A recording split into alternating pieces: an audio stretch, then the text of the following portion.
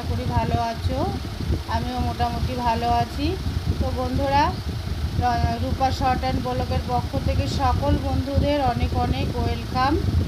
তো আজকে একটা রেসিপি নিয়ে এসেছি, কচুরলতি আলু আমি কিভাবে ভাজি করলাম। কথা দিচ্ছি, এরকম ভাজি থাকলে আর কিছুই লাগে না, এই একটা ভাজি দিয়েই খাওয়া হয়ে যায়। দারুণ স্বাদ লাগে, দারুণ লাগে এটা। তো আমি আজকে কোনো মাছ টাছ দিইনি, আজকে আমি নর্মালভাবে কিভাবে করলাম কচুরলতি আলু একসঙ্গে ভাজি। তো বন্ধুরা সঙ্গে থাকো, দেখতে থাকো, আশা করি ভালো লাগবে। রাধে রাধে বন্ধুরা, চলো আমার সঙ্গে থাকো, দেখতে থাকো।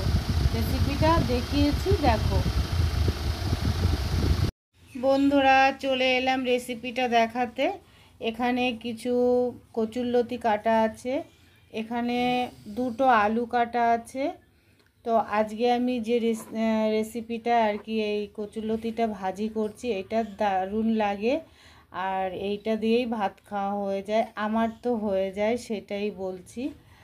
আর এদিকে বন্ধুরা নিয়েছি একটু রসুন কুচি, পেঁয়াজ কুচি, আর এখানে আছে কালো জিরে।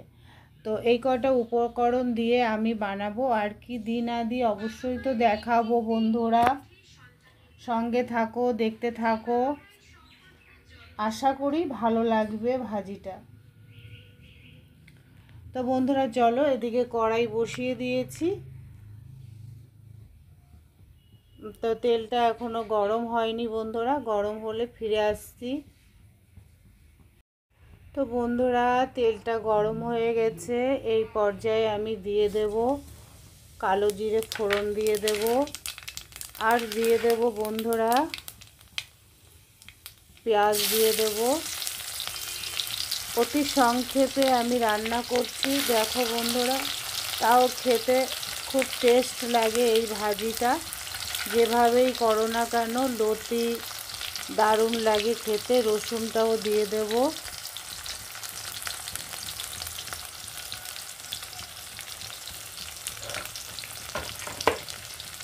আর দিয়ে দেব বন্ধুরা একসঙ্গে আমি আলুটাও দিয়ে দেব, একসঙ্গে সব ভাজি হয়ে যাবে। আলুটা আমি প্রথমে দিয়ে দিচ্ছি।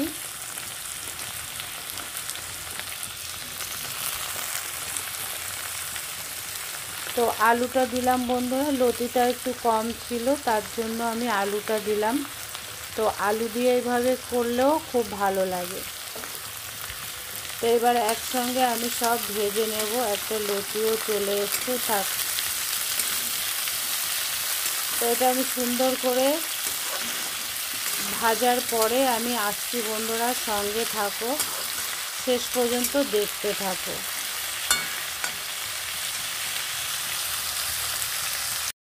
তো বন্ধুরা বেশ কিছুক্ষণ পরে চলে এলাম, দেখো আলুটা আর পেঁয়াজ রসুনটা কিন্তু ভাজি হয়ে গেছে অনেকটা। এই পর্যায়ে আমি দিয়ে দেব পরিমাণ মতন লবণ, আর দিয়ে দেব পরিমাণ মতন হলুদ,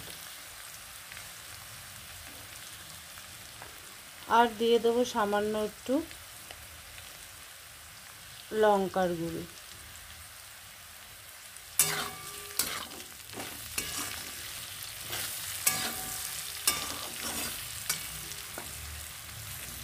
আলুটা তো গলেই গেছে, দেখতেই পাচ্ছ বন্ধুরা।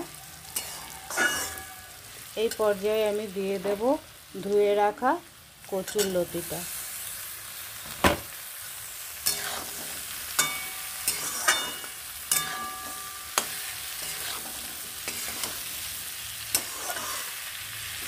এবার একটু নাড়াচাড়া করে বন্ধুরা এটাকে আমি ঢাকা দিয়ে দেব, 6 মিনিটের জন্য ঢাকা দিয়ে দেব।